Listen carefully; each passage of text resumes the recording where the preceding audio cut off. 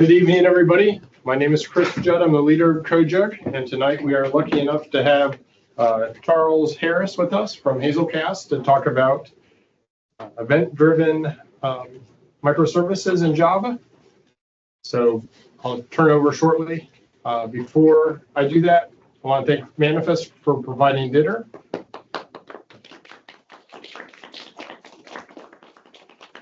Also, let everyone know this is being recorded, so don't say anything embarrassing.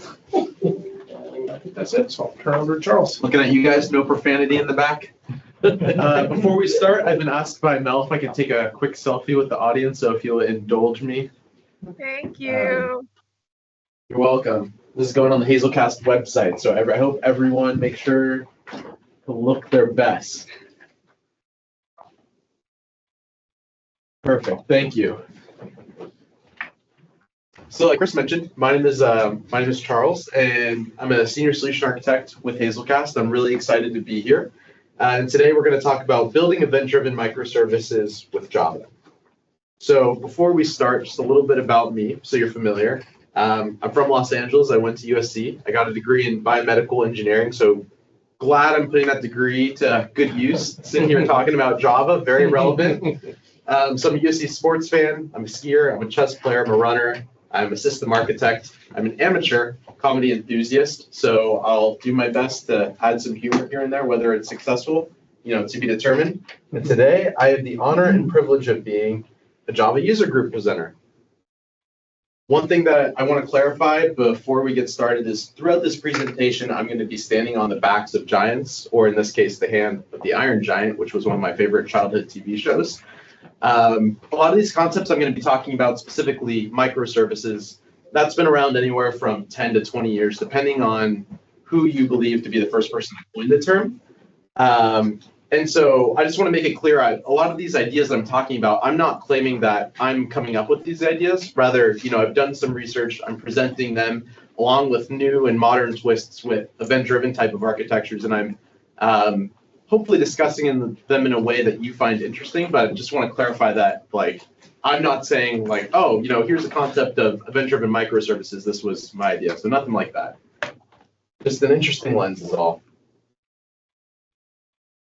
So to start with, what's the hype? Traditionally, over the last many, many years, architectures have primarily been designed with the concept of data at rest. And data at rest has very data-centric descriptors, right? We have database, data warehouse, data lake. Now, the new fad, and is it a fad or is it real? We'll be talking about that a little bit more, is data in motion, or some of you might have heard real-time data. And this has very event-heavy descriptors like events, event brokers, event sourcing, event-driven architecture. And today, we're going to be taking a look at microservices and if/how they can fit the paradigm of both of these different models and fit right into the middle of this Venn diagram here. Okay, so we're going to update the concept of microservices to encompass the shift towards events with this definition. What are event-driven microservices? Event-driven microservices are microservice that follows the principles of being event-driven. Very clear, right? We can all go home. We're all experts now? Excellent, right? No, of course not. That's total circular definition. So in order to understand what this means, we have to talk about what is a microservice. Then we have to talk about what does event-driven mean. And then we have to put them together and see how those two interoperate.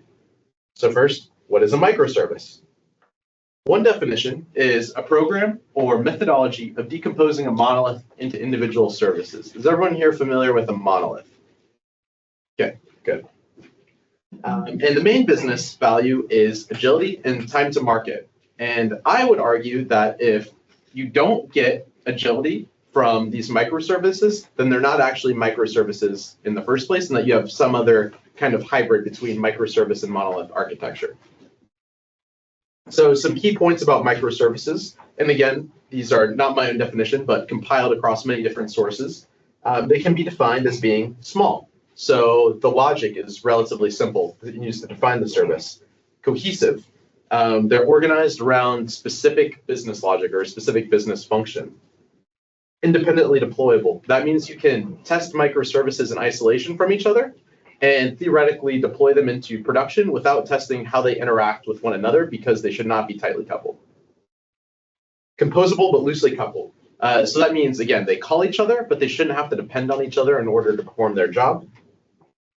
Built by small autonomous teams because, again, the main benefit is agility. And so if you can't have small teams developing microservices, then they're not discrete enough. And finally, they typically have their own data store, and the reason for that is because it allows them to be independently scalable, so they don't rely on other services, right? Because we want them to be loosely coupled.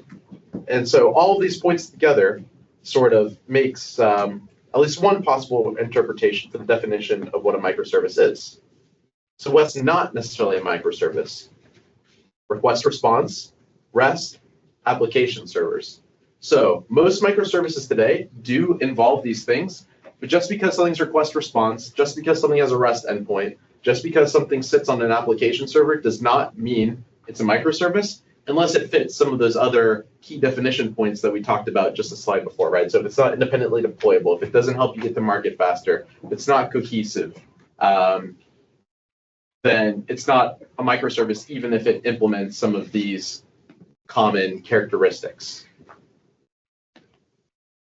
So does a microservice have to be a request response? I think you all know where I'm going with this one. I would argue no. Some people might disagree, but I think that it can. That doesn't have to be request response. And some examples of that would be pizza updates, right? So very fitting, we're having pizza here. So notify a customer when their pizza's out for delivery. That could be something as simple as that, could be a microservice, a notification service. Tell a customer when their parking's about to expire.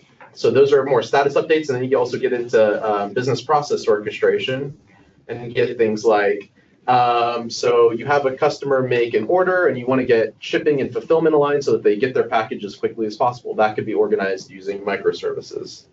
Or 20 minutes after last activity, say someone has something in their shopping cart for e-commerce, you want to remove the inventory hold from those items on their cart if they just let them sit there for a while and then add them to the user's suggested buying list. So these are things, business process orchestration example, that could be a service that is not necessarily a request response. All these things would be event driven.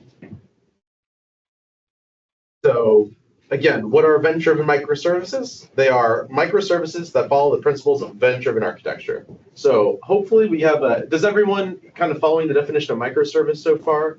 In terms of speed, I know we have a limited time, and so I just want to make sure, am I going too fast? Okay. Okay. So now let's talk about event-driven architecture. That's the second point of our definition here. So the different points, so in traditional microservice architecture here, we've got APIs defined communication, and for event-driven architecture, we have events defining communication.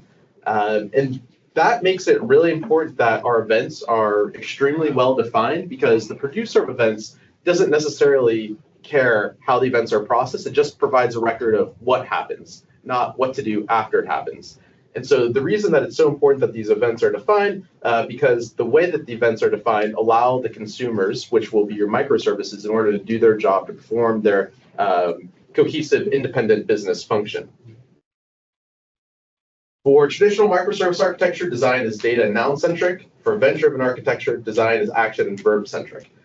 So for noun-centric, you might think of something like shipment or a notification. So those are nouns, right? And then some things that we commonly think of as nouns in the design world are actually verbs. So that would be like to purchase or to order.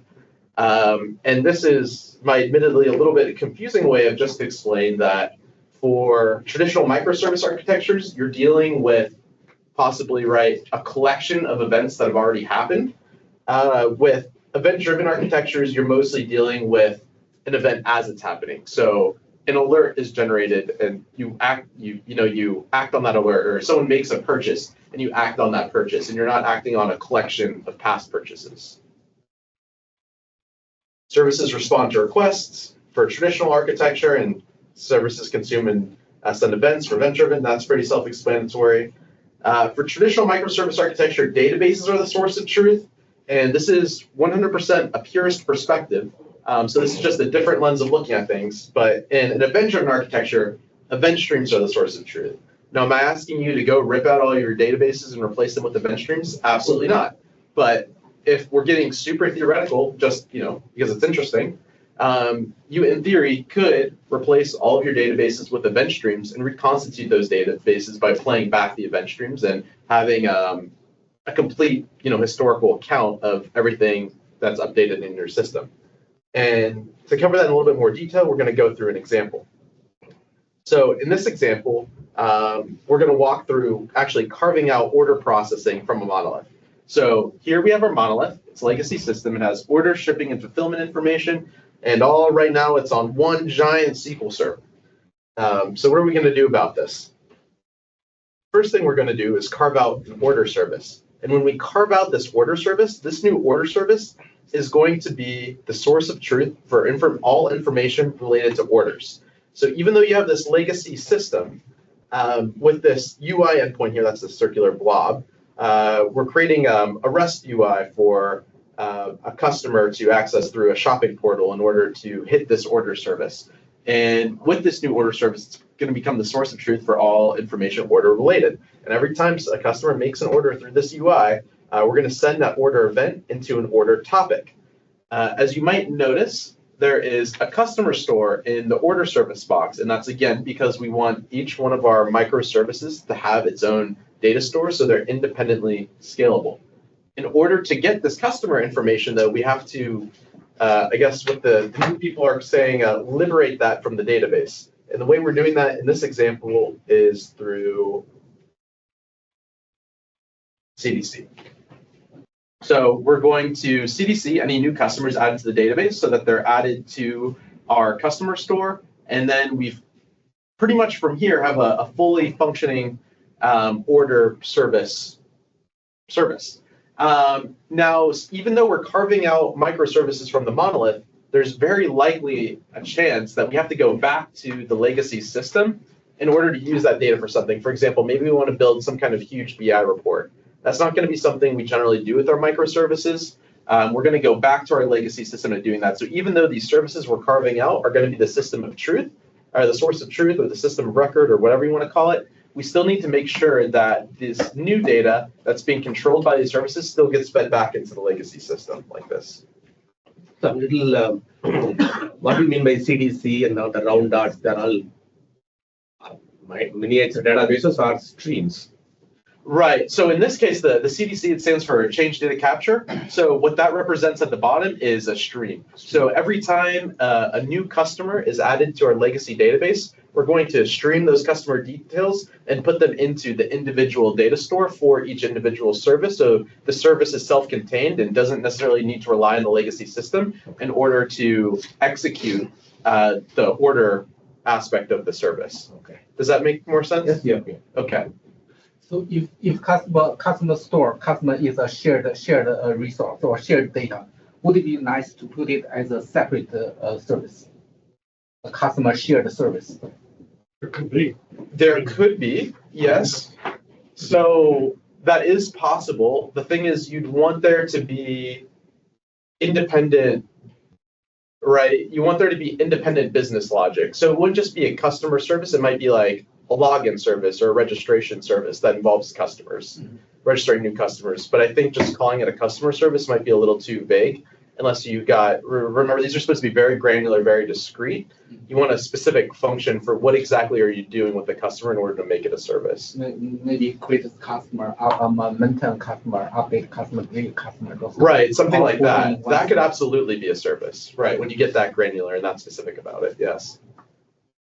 And then again, I'm going to go through this a little bit fast just because it's not completely redundant, but I think you guys get the idea. Then we're building out a shipping service, and I didn't put the customer store label there, but there's going to be a customer data store in the shipping service as well. And that could, maybe you have different customer related information in the shipping service. Maybe you have, just specific information related to customers and shipments that you don't need for customers and orders.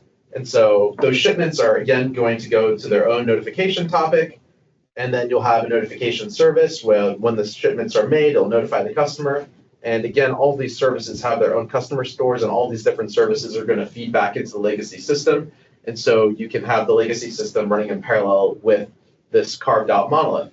Now you can see that once you have all these services working and interoperating with each other, if you really wanted to, play with fire and play on the edge, you could probably get rid of this legacy system and just use this web of services in order to achieve the same effect, and use the event streams from the orders topic, the shipments topic, the notifications topic, the customer CDC, use all of that in order to have a system of record of all the events that have passed through your system.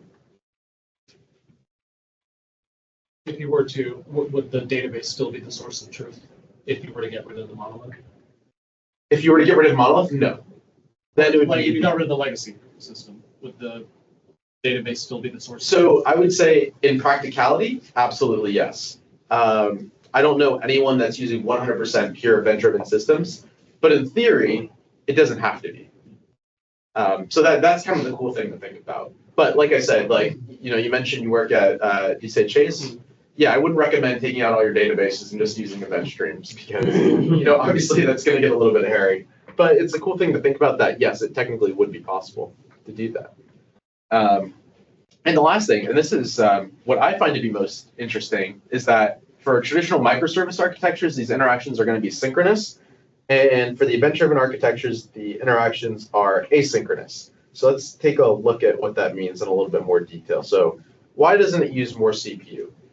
So think about this question, right? Say you're designing a system architecture and it's not performing. Like all the pieces are there, but it's slow. And you want to say, okay, well, why is it slow? So you look at each individual component and you notice that one is using a ton of CPU and maxing it out.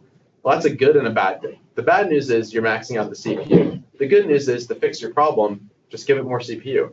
And likely then you'll find the next bottleneck, but at least it's an easy step to move along your system.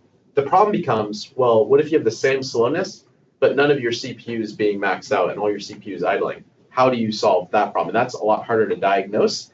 And that's actually what we're going to take a look at with this example. So we have a food truck analogy. So there's a fish and chip store. Someone's going to go, they're going to order a meal. And unbeknownst to the person ordering the meal, the customer, there's going to be some guy that goes on a scooter. He's going to go to a fully fledged diner. That diner is going to cook the meal, give it to the guy on the scooter. The guy on the scooter is going to bring it back to the food truck and hand it to the customer. So this is an analogy representing different services, if I didn't make that clear enough, right? You've got the order service, and then you've kind of got the fulfillment service on the back here. So let's take a look at this from a synchronous perspective. So customer one here, I guess I don't have a mouse. Or do I? No. Okay, great. So we're starting right here, right? So customer one makes an order. It takes a minute to get to the order taker. And then it takes another minute for the order taker, the guy on the scooter, to bring that order to the actual cook. It takes the cook 10 minutes to make the order, then another minute to give it back to the guy on the scooter, who then takes another minute to give the customer back the original order that they made. And then the whole process starts again. Does anyone see an issue with this in terms of possible performance implications? Timeout. It's going to timeout from customer side. Yeah. Yeah, exactly. Right. So right. We're not using both cooks. Right. And so what that means is our order taker is not synchronous. So that means we're limited to sequential orders. And so that means the fastest we can possibly get an order is every 14 minutes, just doing it synchronously. But what if we made it asynchronously? Now it's a very similar example. Customer one makes an order. That order goes to the order taker. And again, it's going to the cook. But now you can see as soon as they give the order to the cook, the moped guy is sprinting back to the food truck and getting that second order before the first one is completed. And he's sprinting back and then putting the second order in before the first order is done. And now he sits there either until a new order is at the food truck or until one of the other orders completes. And so when we have this model, you can see meal 2 is done t equals 16, not t equals 28. So now we've got an order every 8 minutes instead of every 14. And that's because we've made this order taker asynchronous. And so this is very analogous to an event-driven system where you can essentially, I don't want to say flood it with requests, but you can have multiple events that start processing as soon as those events happen, rather than linearly have an event, wait for it to get done, and then start the next one. So now we've talked about right? We talked about microservices. We've talked about what event-driven that means. Now we're going to look at technical architectures for event-driven microservices. And to do that, we're going to do a quick intro to stream processors. I have a feeling like everyone here is pretty familiar, so I'll go through it a little quickly, but just in case you're not. So a pipeline is a series of tasks, and these are connected into an acyclic graph, which means that your pipeline can have different stages depending on the way that the data needs to be processed. And it's called a pipeline because data flows through it like water flows through a pipe in your home. So an example of this pipeline would be below, right? So you've got input, and the first stage of your pipeline is going to be read.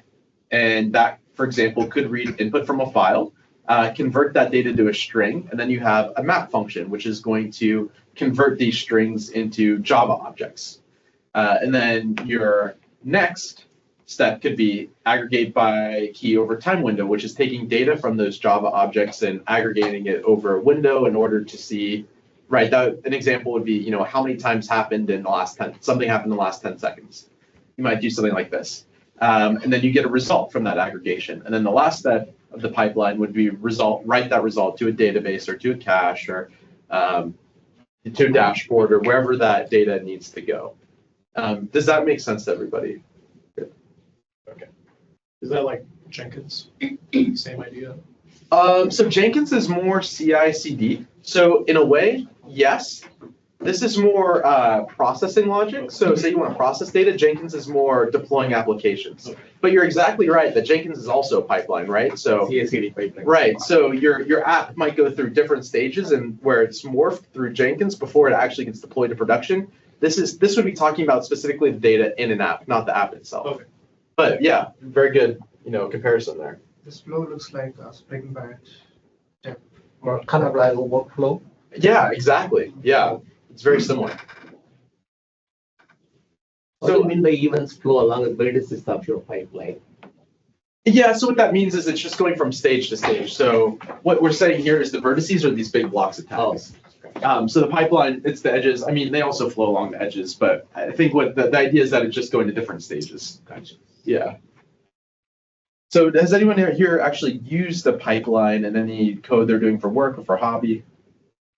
Or you just kind of learn about it and you're like, that's cool, but like don't actually Is do it it? imperative programming kind of like this? You just go step by step by step? A little bit.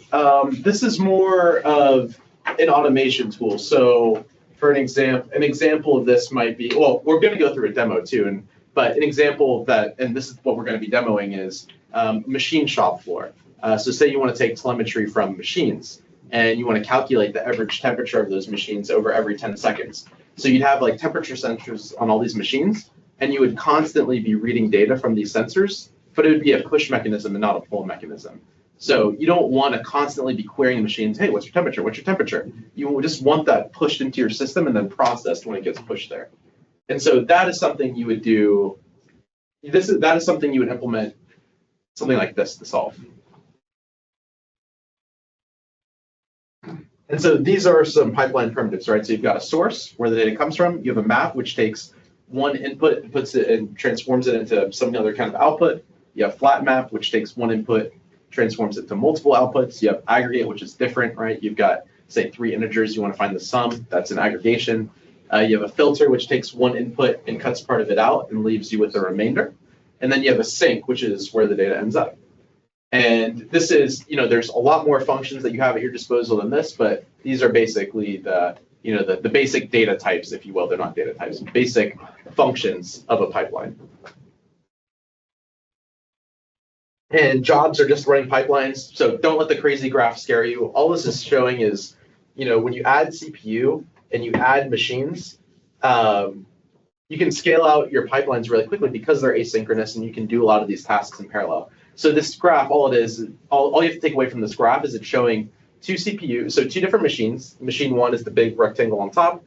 Machine 2 is the big rectangle on bottom. And each of these machines has 2 CPUs. So you can see on each machine it's replicated twice.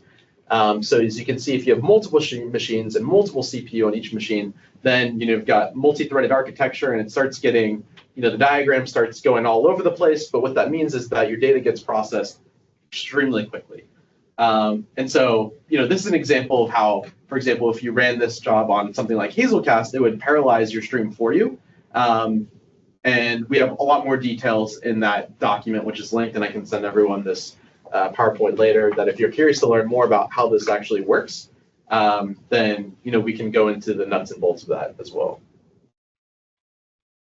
So stream processor summary, you define a pipeline, the stream processing platform runs the pipeline. And when you use a stream processor, your pipeline becomes parallelized, fault tolerant, upgradable, and restartable, and you scale by adding nodes, as you saw in the last slide, or by adding CPU per node. And last slide on this topic, this is just kind of tooting our own horn. I was supposed to have this in here, but we can, so with Hazelcast, we actually have measurements where we have 1 billion events per second under 30 milliseconds of latency. And so, right, you can see some of our comparison in the bottom left with some of our competitors where we are the blue line and the colored lines are Flink and Spark. And in this case, you want to be the blue line because the higher lines remain higher latency. And then, so all this is saying is Hazelcast is extremely scalable in terms of horizontal scaling. You can, so with a lot of technologies, right, at some point you're going to add more nodes and you'll get a logarithmic drop off in performance, meaning at some point you keep adding more hardware to the solution and just doesn't get any faster. With Hazelcast, that's the case too, but we haven't actually found that point yet, which means you can scale it. And that's how we got to 1 billion events per second, right? We threw a ton of hardware at it and it just kept scaling linearly. So Hazelcast does not defy the laws of physics, but we are optimized in a way that we have found that we can scale for a very long time, even beyond some other streaming options can scale. Okay, so now let's take a look at the technical stack for handling events and for handling requests. So we're going to have 3 options here. So option A, you have your events handled by a message broker, and then you've got microservices running on an app server. And for your, so your events go to message broker to app server, and then your request response type architecture is going to go directly to the app server. And then in all of these different options, you're going to have a fast data store in front of your databases. And that's because for transactional type workloads where you have to, call data and act on it a lot, you don't necessarily want to be going to the database every time you need data. 1, because it's slow, and 2, just databases aren't really designed to be used like that. So best practice is always to use some kind of cache in front of your database in order to accelerate the operations there. So option 2 is getting a little bit fancier. So events are still handled by a message broker, but then the events are processed by a stream processor. For our request response model, we still have data going straight to the app server and to the cache. And then we have option 3, and the stream processor is what we just talked about a second ago, right, with the pipelines and the running pipeline. So that's getting to more event-driven type architecture. And option 3 is very similar to option 2, except we're actually going to be treating our requests as though they're events themselves. And this is what our demo is going to cover as well. So the top half remains exactly the same. The bottom half is actually going to, right, so you make a request, and that request is going to trigger some kind of pipeline to run in the form of an event-driven service. Like the event, like the request will be a trigger that kicks off a pipeline to do some processing of data. And then that pipeline will then return the process data back to some other kind of response topic, which will feed back into the REST client. And in our demo, we're going to use Postman to illustrate how that happens. There has to be some producer and consumers here, right? Yes. So the HTTP bridge is the producer? Yes. In this case, our HTTP caller is going to be the producer. It's going to say, post this object to this endpoint. And then that's going to trigger some kind of response where you take the data from that request, analyze it in some way, and return the processed data back to a different topic, which feeds back into the endpoint, which returns, that's the result returned back to the user when they make the post request. Okay. So what specific technologies are involved with this? So this is definitely not going to be all the technologies, but just some of the popular ones you've likely heard about before. For topics, we have Kafka, we have Red Panda, and we have Pulsar. For stream processors, we have Kafka Streams, we have Flink, and we have Hazelcast. That's the company that myself and Phil work for. And then for fast data, we have Redis, and we have Hazelcast again. And so you might notice something interesting is that Hazelcast plays a role in both this stream processor category of data, and it also plays a role in this fast data store category.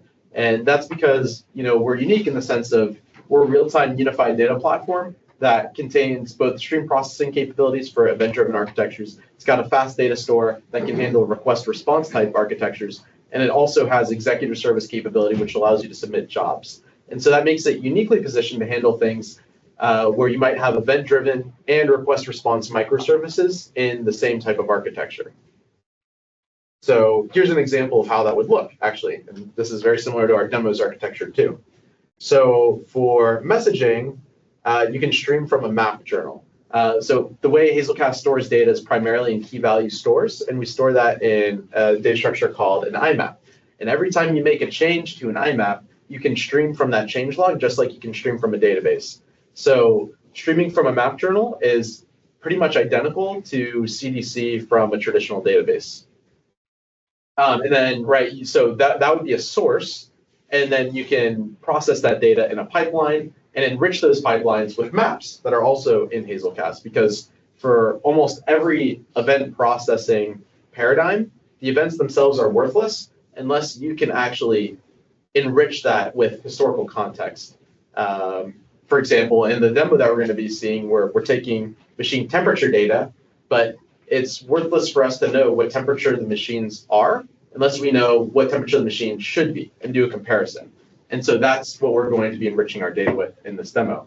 And then for the request response, we've also got data going into topics, going through pipelines, and that can feed into maps and notifications as well. Okay, so now we're going to get into the demo, which is what I think most people actually care about. So I talked a little bit about this before. We're going to be monitoring machines, and we're going to have two different services. Service A is going to be an aggregator. So it's going to be reading from these machines continuously and just aggregating the average temperature of these machines over 10-second windows.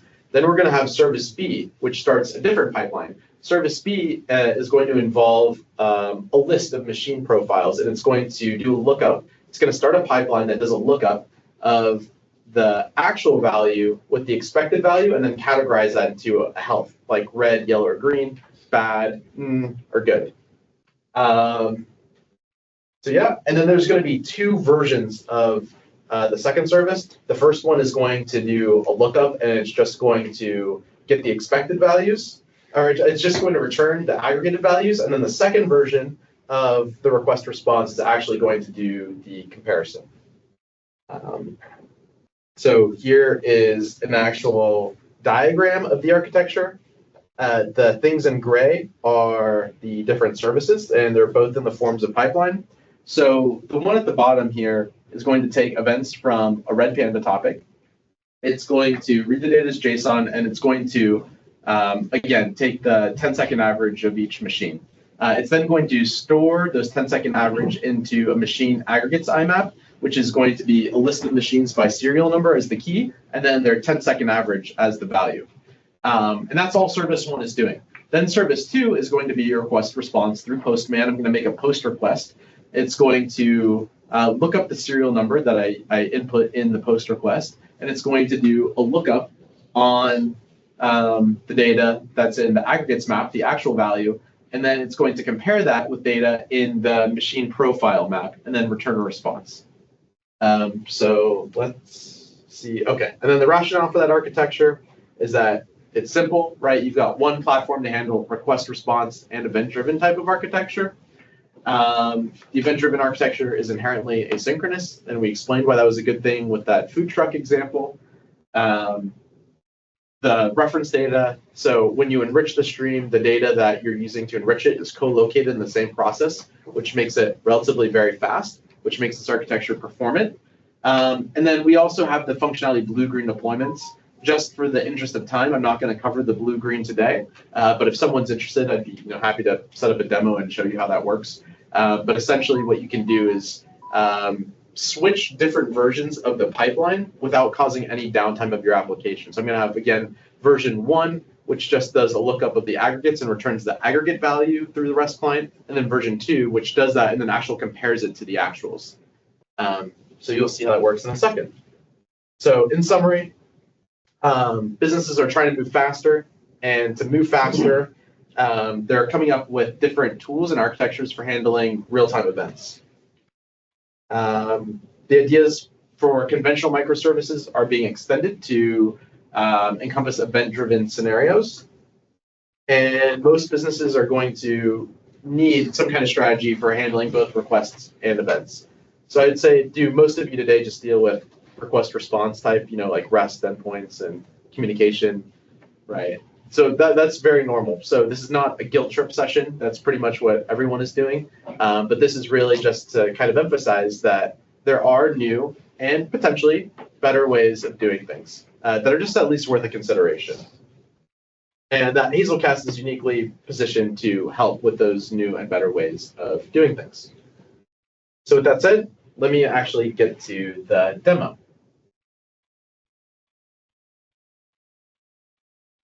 Okay, I can see my cursor again. That's nice.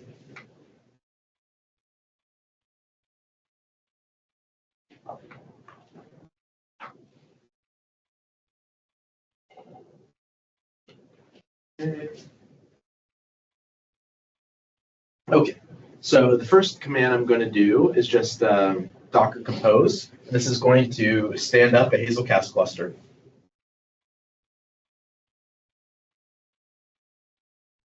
Give that a second to start up. And then I need to submit the aggregation service, service 1. So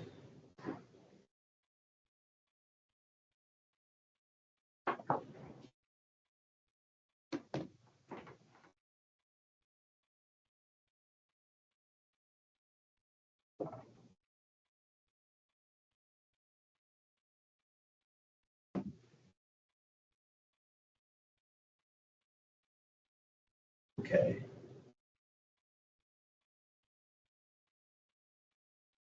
All right, slow internet, but we got it done. No errors. Great news. Always get nervous running live demos.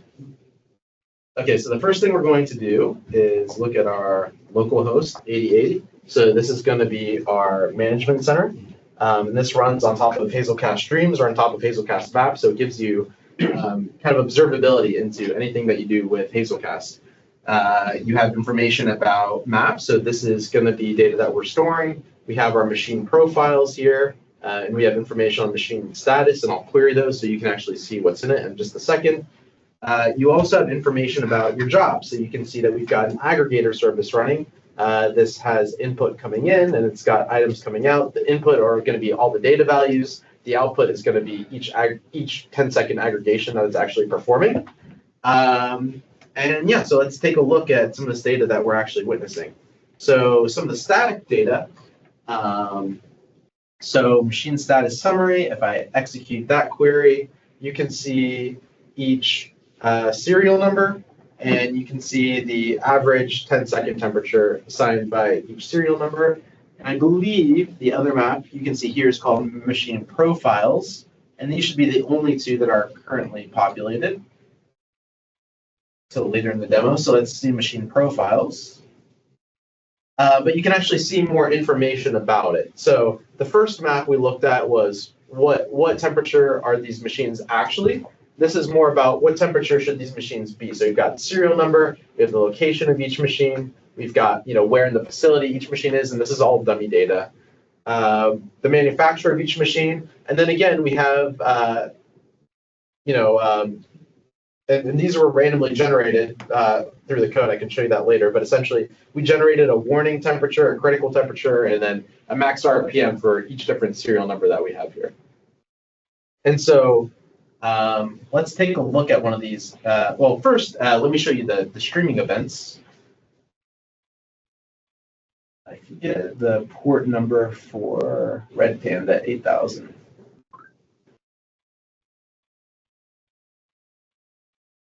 So if I go to localhost 8000, I can see information about our events here. So if I go to topics, machine events, and then go to messages, you can actually see a historical list of, this is all the events that have been processed in Hazelcast that have flown through Red Panda. So this is sort of what we mean when we say that one day, the stream processor might become, the events might become the system of record because, right, we're acting on the events as they happen one by one, but here's your historical list of events right here. And so think about these as the transaction log for a database. If you think about it from that lens, it's really not as different as you might think it is. So we can see those. And now what we're going to do is we're going to go to Postman and kick off the first version of job 2.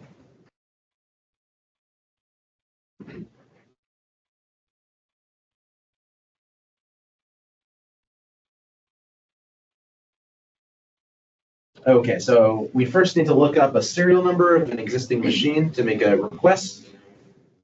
Let's take OWZ485. OWZ485.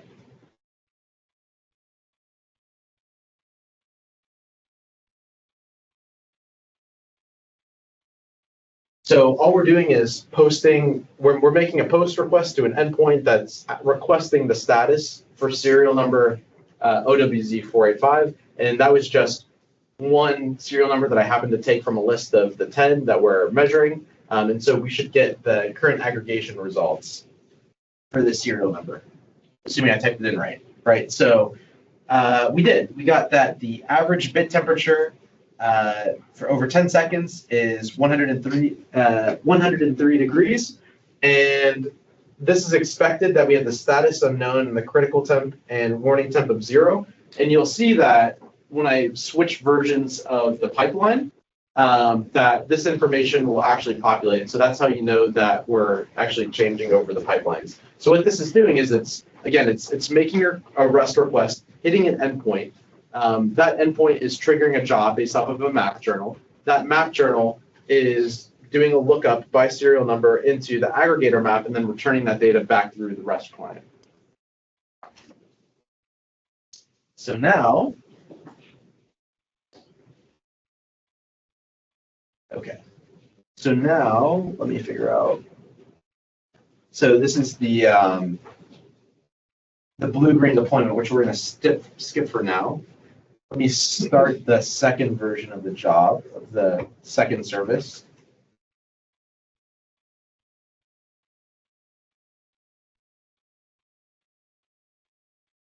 Okay, and you can see right here that the current status is now it's going to run pipeline job 2. And so I need to load that routing config. And this is the act of actually switching over from one version of the same pipeline to the next.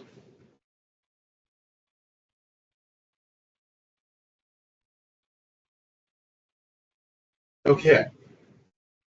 And so now, when we go back to Postman, assuming I did everything like I'm supposed to, we run this request, we should get an additional lookup for the warning temperature and the critical temperature in the status.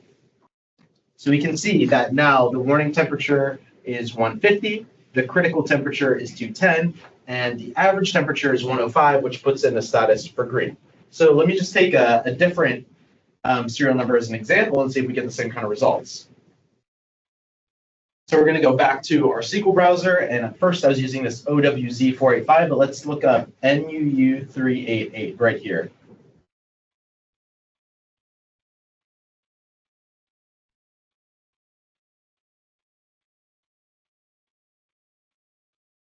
Okay, so that one's also green, but not all of these are green, I promise. But some of them are going to have, average bit temperatures that are way higher than the critical temperature. So the way this program is defined is that if the average temperature is lower than warning temp, green. If it's between warning temp and critical temp, yellow, and greater than critical temp, it would be red, so unhealthy.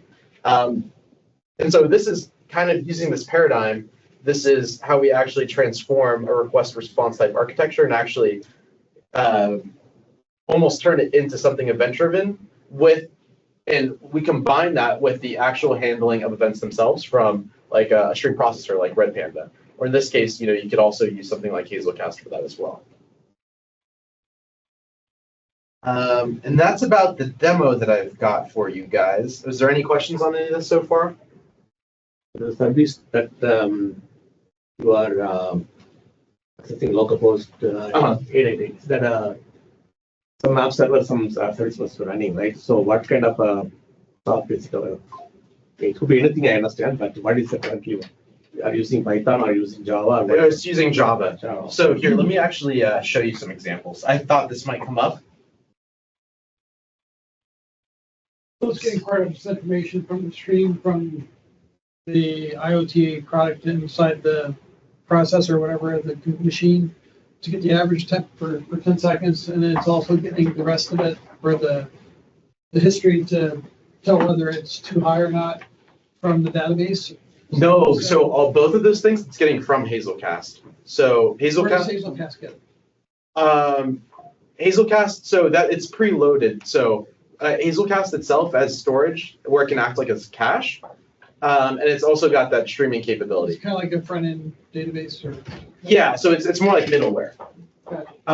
So you can host websites serving data from Hazelcast as like a cache, so it doesn't have to keep hitting a database. So what you would do is you would pre-hydrate Hazelcast with this machine profile data. And then when you have streaming jobs, you would compare that data to information that you have in Hazelcast that you've already preloaded. Now you can also configure it so that if you're actually adding data to the database, that database will automatically update Hazelcast, and that your application will still keep hitting Hazelcast, but now we'll have updated database because we'll have updated data because the database sent its new data to Hazelcast, which then overrode the existing cache values. So yeah, let me show you some code samples.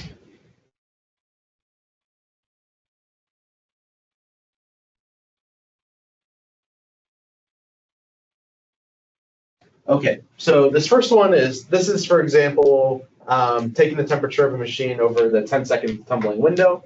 So this is just one stage. The source is obviously going to be Red Panda. I didn't include that part because it's not as interesting. But it's taking from a Red Panda source, and then you get those temperatures, right? Now you have the average temperatures, and you're going to join the data on serial number. You're going to create a tumbling window.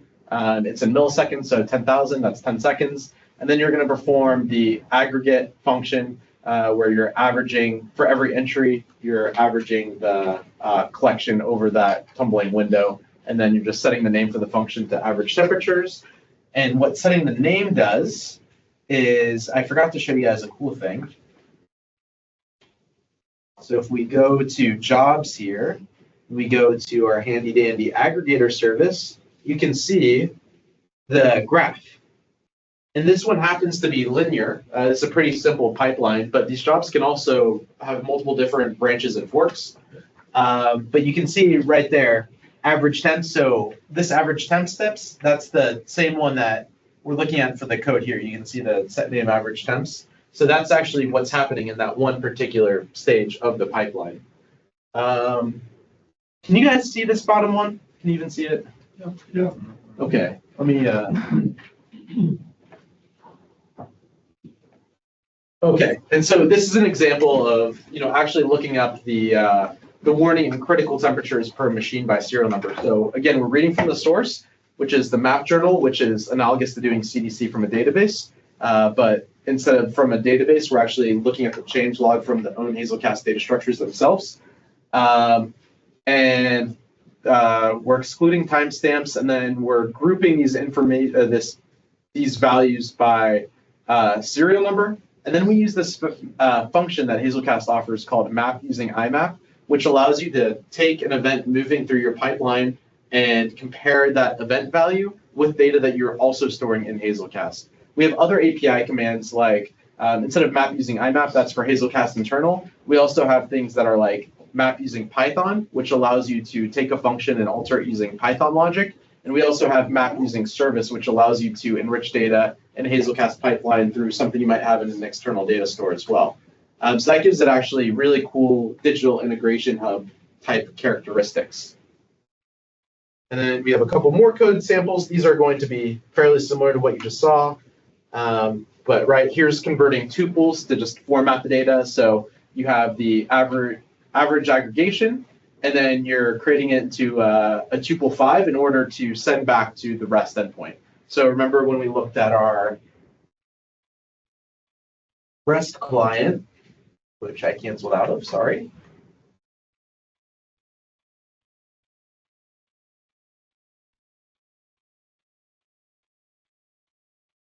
You can see our response has 1, 2, 3, 4, 5 different bullet points. And so those 5 bullet points are coming from this tuple 5. So that's how we're formatting that. And then this is an example of, this is the actual logic that we're using to categorize them to compare the operating temperature, the temperature actual with what the temperature should be. And this is the function used to do that. So does that make a little bit more sense about what's happening behind the scenes? So what's happening is when we trigger some kind of event, whether that event is data moving into Redpanda or someone making a post request for a serial number to a certain endpoint, that's going to trigger some kind of pipeline. And then that pipeline is doing stuff like this in order to give us the results that we saw in the demo.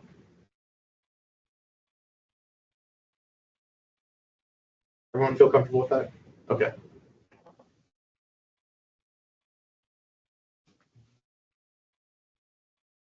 Go back to normal person view.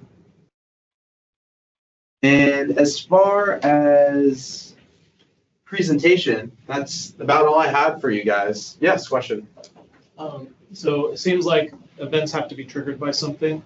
How would it work in that shop? You had some sort of criteria for triggering, let's say when the machine reaches 200 or something like that.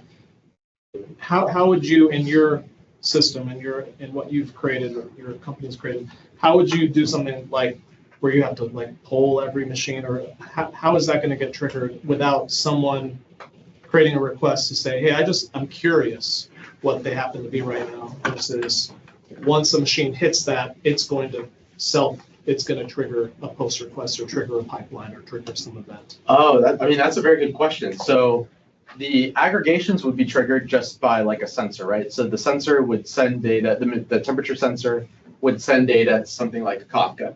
And then Kafka would push that data into your stream processing pipeline. And then you're saying, say, it's doing this calculation and you find that the value is too high, but you don't want a human constantly, hitting a REST endpoint. So what do you do about that? Well, so that would be a different stage of your pipeline. So the example pipeline we showed was really for demonstrative purposes. It's pretty simple, but you could absolutely make a pipeline where, because Hazelcast itself obviously knows that comparison is off, right?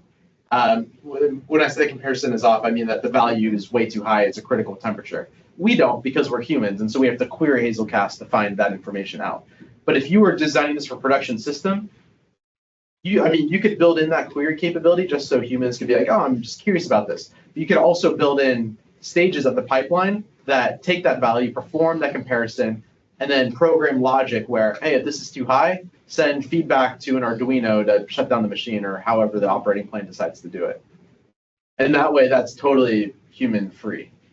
And can something like that scale when you have millions of these machines, or something else more virtual? Yeah. Millions and millions of something, and you just want to constantly be polling and checking for some sort of condition. Absolutely. So that's kind of what Hazelcast was built for. So Hazelcast was primarily built for the processing of data.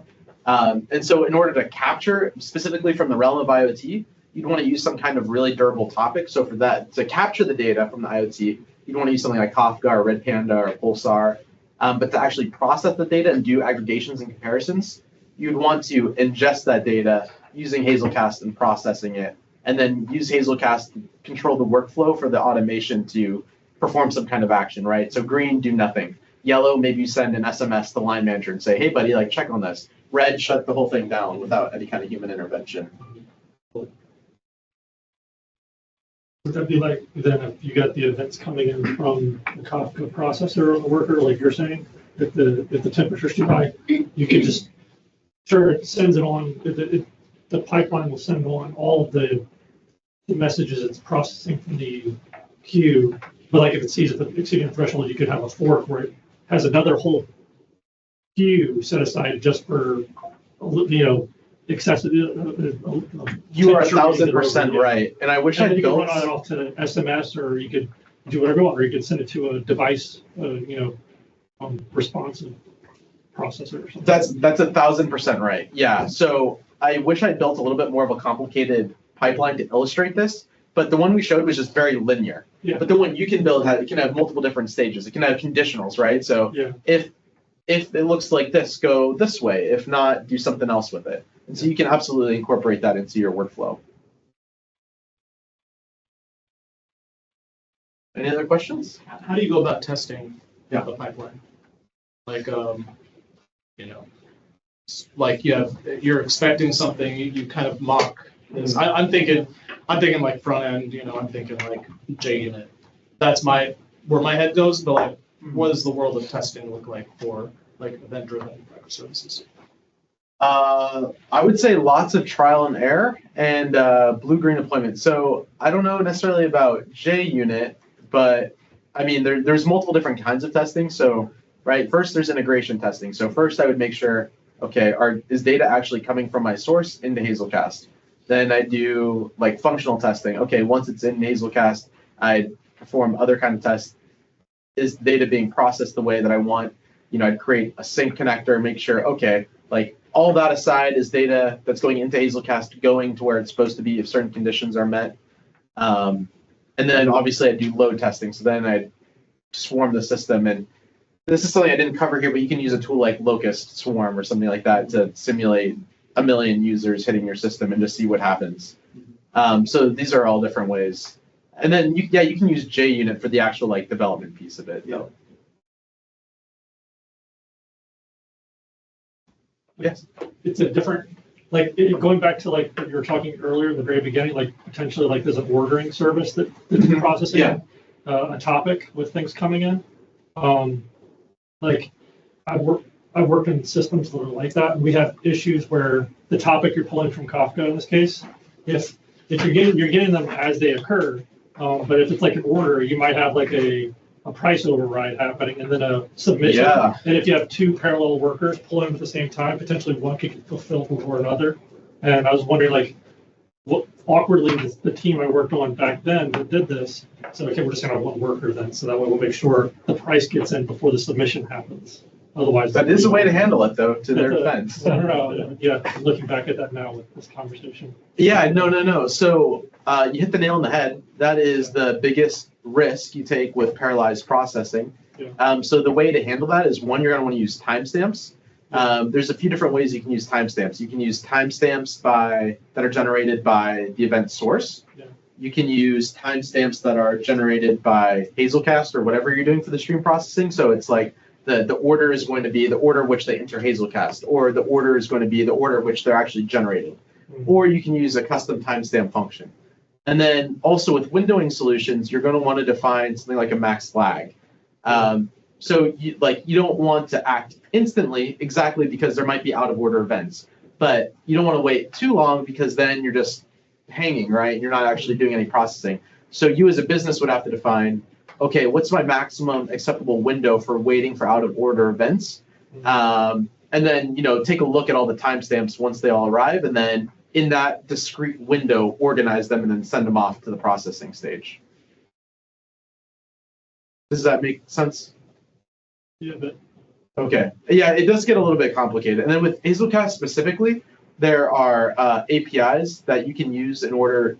We have something that's like pipeline.preserveOrder, and it pretty much does kind of what you're describing before, where it doesn't eliminate, but it reduces the amount of parallelization in order to further guarantee that the order that the events are generated are the order in which they'll be processed.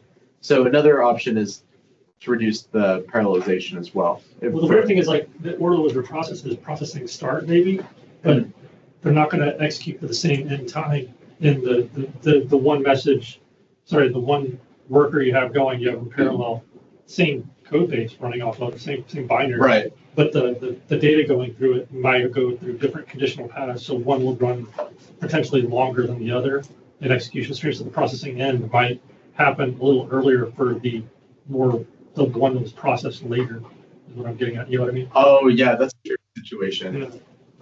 Yeah. So That's something that That's where it is. requires, an extreme amount of thought, and that's going to be exactly where timestamps are important. And then in that case, you might also need some kind of.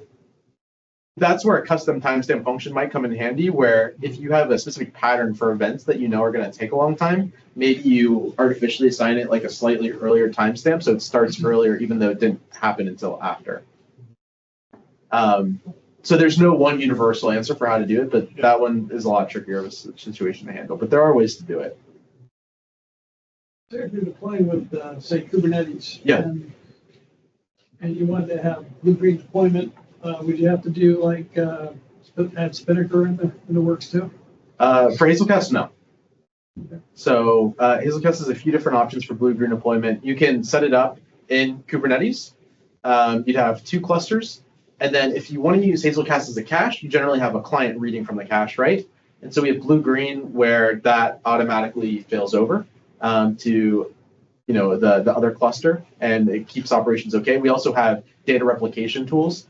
And so, for example, you could have active data replication, and that handles the data aspect of it. And then you could have client failover, which actually handles the client connection. So now your client fails over, and then your secondary cache has the same data as the active cache, so you don't lose anything there. The same type of thing happens with pipelines too. As you saw, I was able to switch versions of a pipeline without taking down the system at all. The aggregation service kept running successfully. I ran that REST query, the second version, right after the first one, right after I started the second pipeline, and the aggregator was still running, and it still did all the same lookups. So we have blue-green support for pipelines as well. Nice. Yeah. Okay. Thank you. Of course. we're all running through pipelines and workers running into like unhandled exceptions or something, and processing states there that need to maybe be considered in general. I mean, it's great if everything always flows through without error, but it's going to happen eventually. I don't know if there's any different, any patterns you look for there for the support standpoint, I guess. Well, that's tricky. I mean, I guess my only recommendation for that is test well. And, try and find things that are going to cause exceptions before they do cause exceptions. Because you're right. That can break your pipeline, right? Yeah. I mean, the message will fall out of the processing pipeline. Right. Exactly. What do you do? The old MQ-based application can have some studio. You can design it, and you can design the flow from message to message, and design the exception flow. So if something exception, it's the event can either send back, retry, or something. Right. Just an error. Yeah. So I mean, you could even have like a stage of your pipeline be exception handling as well too. And sort of like that, it's not. We don't have we're actually coming out with a UI for something like that, but we don't have the UI today. Yeah. And that could be done. You can use pipeline logic to also check for exceptions as well, and come up with conditionals for different types of exceptions that weren't handled before. Your UI system, does it support a replay? Yes. Hazelcast supports replay as long as the source itself is replayable. So for example, if you stream from Kafka, replayable. If you stream from Hazelcast IMAP, replayable. If you're streaming CDC from a database, may or may not be replayable depending on the database. And we also have a distributed snapshot system for, I feel like it's a buzzword, for exactly once processing guarantees, right? So at different intervals, Hazelcast is taking snapshot of job state and storing that state into your cluster and persisting it. And so if something so if your job fails for an exception, you can restart your job and it will start off at the last seen item. It'll start processing from there. What do you call it, a CD or what? From what databases is? Yeah, so that stands for change data capture, CDC. CDC. Is that like realized like if you're doing orders, like the ordering table, I guess, is that like a trigger on creates and updates and stuff like that? Where you Yeah. Fire off an event going into that stream? 100%. Yeah. So all CDC does is it reads from the update log of a database. Okay. And that update log is essentially, Yeah, that's all ordered out. oh yeah, yeah. Oh, I was going to show you like the red panda topic, but Oh, essentially, yeah, go for it. I mean, yeah, so just imagine like a record of a database, and then that's updated. It had, that information has been updated, and that information would then flow through CDC to wherever this CDC sync is. Yes. You have a diagram of like the actual like deployment topology in terms of like how the JVMs, because I assume you're spanning out processing over like multiple JVMs and how they are either co-located or not co-located with the data storage. Maybe. I have a couple of salesy diagrams. I don't think that's what you're asking for. Even on the board, I think you said draw, right? Oh, either one. Oh, drawing. This is for like the raffle. Oh, no, like the markers behind. Oh, gotcha. Sorry. Okay. If I draw here, can you see this okay? I think so. I'll try and draw really large. Okay, so your question was, what does the actual deployment look for the co-location? Like, yeah, I assume you got like multiple JVMs and somehow they're talking to that that Hazelcast data storage system you're talking about. Yeah. So let me. Okay, for this one example, and this could look different depending on what exact architecture you're going for. But let's just talk about this example. So we've got. This is going to be Red Panda.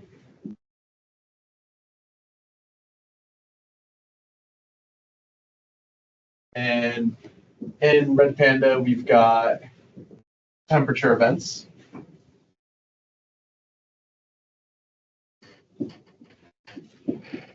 And actually, okay, so these are going to be sensors sending temperature data to Red Panda. I don't think I spelled that right, but I think you get the idea. Okay, and then over here we might have Hazelcast running on Kubernetes.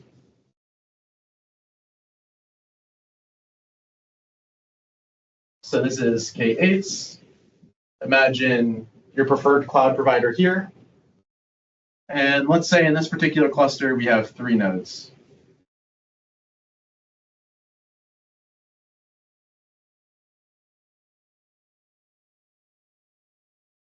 So Hazelcast is distributed, which means you run it on a cluster, and the combined resources provided by the hosts of the cluster contribute to the amount of CPU and RAM that the cluster can utilize for processing jobs. And you're right that it's got some functionality of co-location. So we're going to, okay, so this is Kubernetes, and we're going to deploy Kubernetes we're going to deploy Hazelcast, like we have a Docker image or a Helm chart or whatever. We're going to deploy Hazelcast on this Kubernetes cluster, and that's going to install an instance of Hazelcast on each K8s member. And in the Hazelcast platform, you both have storage. Actually, let me put that on the bottom. Let me start with, you have stream processing.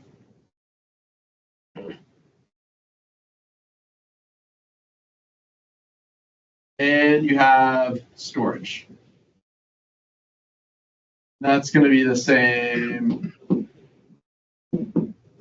for each of those. Does that make sense so far? Okay. And so when you have the data coming from Red Panda here, it's for K8s, you're generally going to have some kind of service endpoint, maybe like a load balancer or something for external access. And this data is going to flow through the endpoint into the Hazelcast cluster. And as we saw,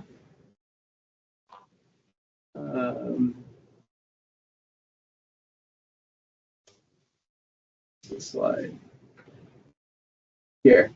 As we saw on this slide, so this is how the jobs are going to be distributed. Right, we've got the 2 different machines. And so in this case, instead of stacked horizontally, imagine, these 2 machines are those 2 machines. And then in this case, we actually have a third. And so let's say, we have, for each of these, we have 8 CPU and 8 gigs RAM. So if we have 8 CPU, then we're going to have 3 of those big rectangular blocks. And then in each rectangular block, we're going to have 8 distinct tracks. And so those jobs are going to be coordinated and parallelized across all those nodes. And for the storage, the actual data, because you asked about the enrichment piece, that's partitioned across the cluster according to a persistent hashing algorithm that is based off of, and I think that's where you were essentially asking for, based off of the modulus of some kind of, the partition count. So you define a number of partitions, and then the partition hash is based on mod partition count. And the reason you do that is so you get you choose an odd number, or I'm sorry, a prime number for your partition count. So you get a relatively evenly distributed number of entries across all of your different nodes. And so, for example, node 1 is going to have node 1's primary data, and it might have node 3's backups. Node 2 is going to have node 2 primary and node 1 backups. And then node 3, well, I said it wrong, but the backups are all on each other's nodes. As I was saying that, I realized I was going to say node 3 has node 3 primary and node 3 backups, but that's not the case. So the backups are going to be on each node's going to have its primary, and then it's going to have the backup of one of the other nodes. And so the processing will be co-located specifically with the partitions that it holds. And then we also have, partition control. So you can put data that needs to be on the same partition together on the same node. So you have fine-grained access of which specific node you'd like to put data to make these lookups as fast as possible. So for example, if you wanted to put all data related to a specific customer on the same node, you could do that. So every time it looks up information about customer A, all customer A's data is on this node, and you don't have a third of customer A's data on this one and this one and this one. Does that answer your question? Exactly what I wanted to. Okay, perfect. Yeah. Your workers in Kubernetes would be in the Kubernetes cluster, but it would be apart from those 3. What's the Hazelcast instances, right? Right. So look at the bigger picture of it. Yeah. Right. So we actually recommend that you run 1 Hazelcast node per 1 physical host. So in this case, you have Kubernetes and you have 3 worker nodes. Mm-hmm. You'd want to install 1 Hazelcast node per worker node.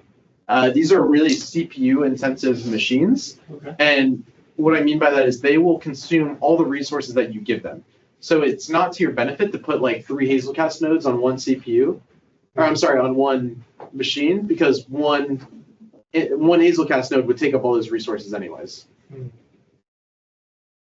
And so that's another reason it scales, right? Because you can give Hazelcast really big machines, and the processing scales very quickly. So these are Hazelcast nodes, but they're also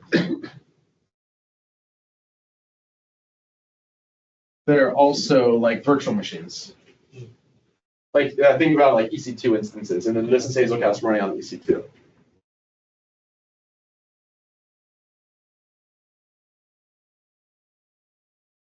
Can't we limit the extent of the resources that it will use the lesson? Oh yeah, you absolutely can. But so yes, the answer is yes, you can limit, but I would advise against it. Just because, so the minimum let me say this, the minimum we recommend you give each Hazelcast node is 8 CPU and 8 gigs of RAM.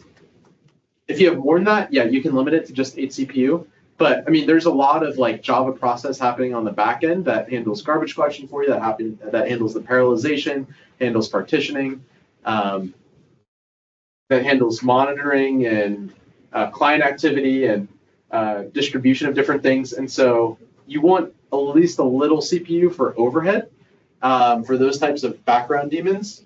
And then you also want to make sure that you have enough CPU on top of that to handle whatever processing workload that you want. And then, for example, and then to your question about partitioning, right? What happens if you take down a node? All that data has to get rebalanced. And if you lose a node and that data gets rebalanced, then there's going to be points in time where you have way more data on one node than you were expecting for average. And so you want to also keep a general cap headroom for memory space too. So in the event that you have to rebalance, and say you're normally run at like 60% capability of your headroom, that's good. Because then if a node goes down, then for like a minute or so, you might be at like 90%. You don't want to be running at like 90% and then have everything crash when a node fails.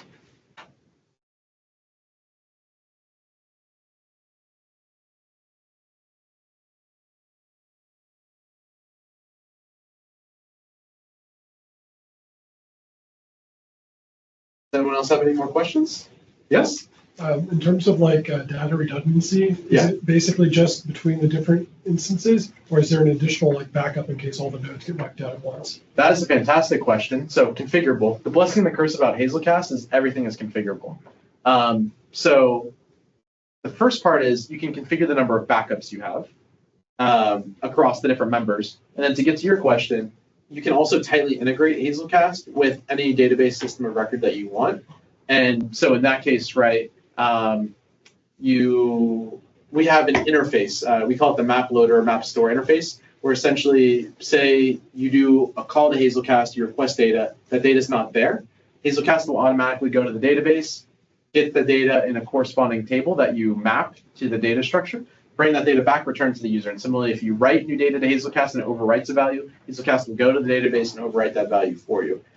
You can also have both the options for eager and lazy implementation. So for example, say everything gets wiped, you start up your cluster. As soon as you call that map in your client code again, where you say, hey, get data from my customer map. After everything was just wiped, it will automatically go to your customer table in your database and load everything right away. So, and we also have a persistence feature, which actually stores that data to block volumes on the actual VM servers where it runs. And so you can use those block volumes for backup and restore too. So a few different ways to attack that. Thanks. Yeah. On the data caches you have for Hazelcast, are they secure?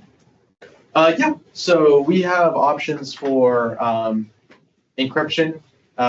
We have options for role-based access control. We have implementation of socket interceptors. So the cache itself is secure. Most of the security is likely going to, I'm like, 90% sure that whoever installs Hazelcast in production, like they're already using a lot of security provided by like a cloud provider or by your internal on-prem system, right? Where, for example, you already have firewalls, you already have security rules, you already have ACLs, you already have data at rest encryption. And so Hazelcast does have security, but it would be in addition to those things that you already have. Okay.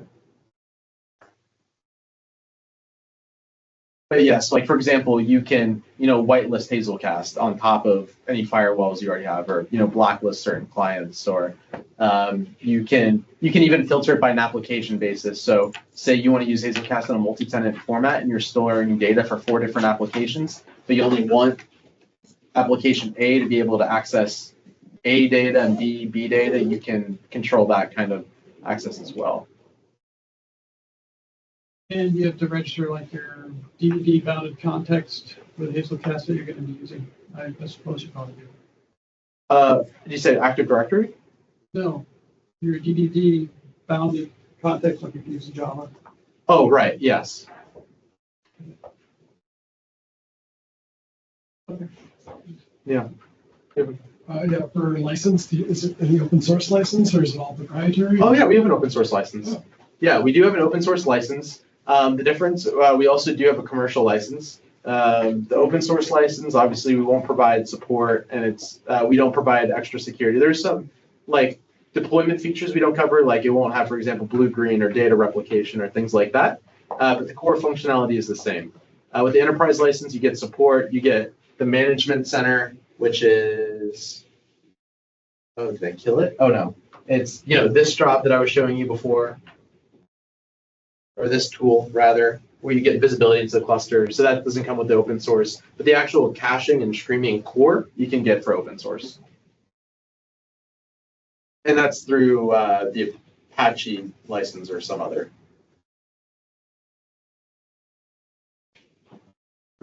Thank you, Charles. Thank you.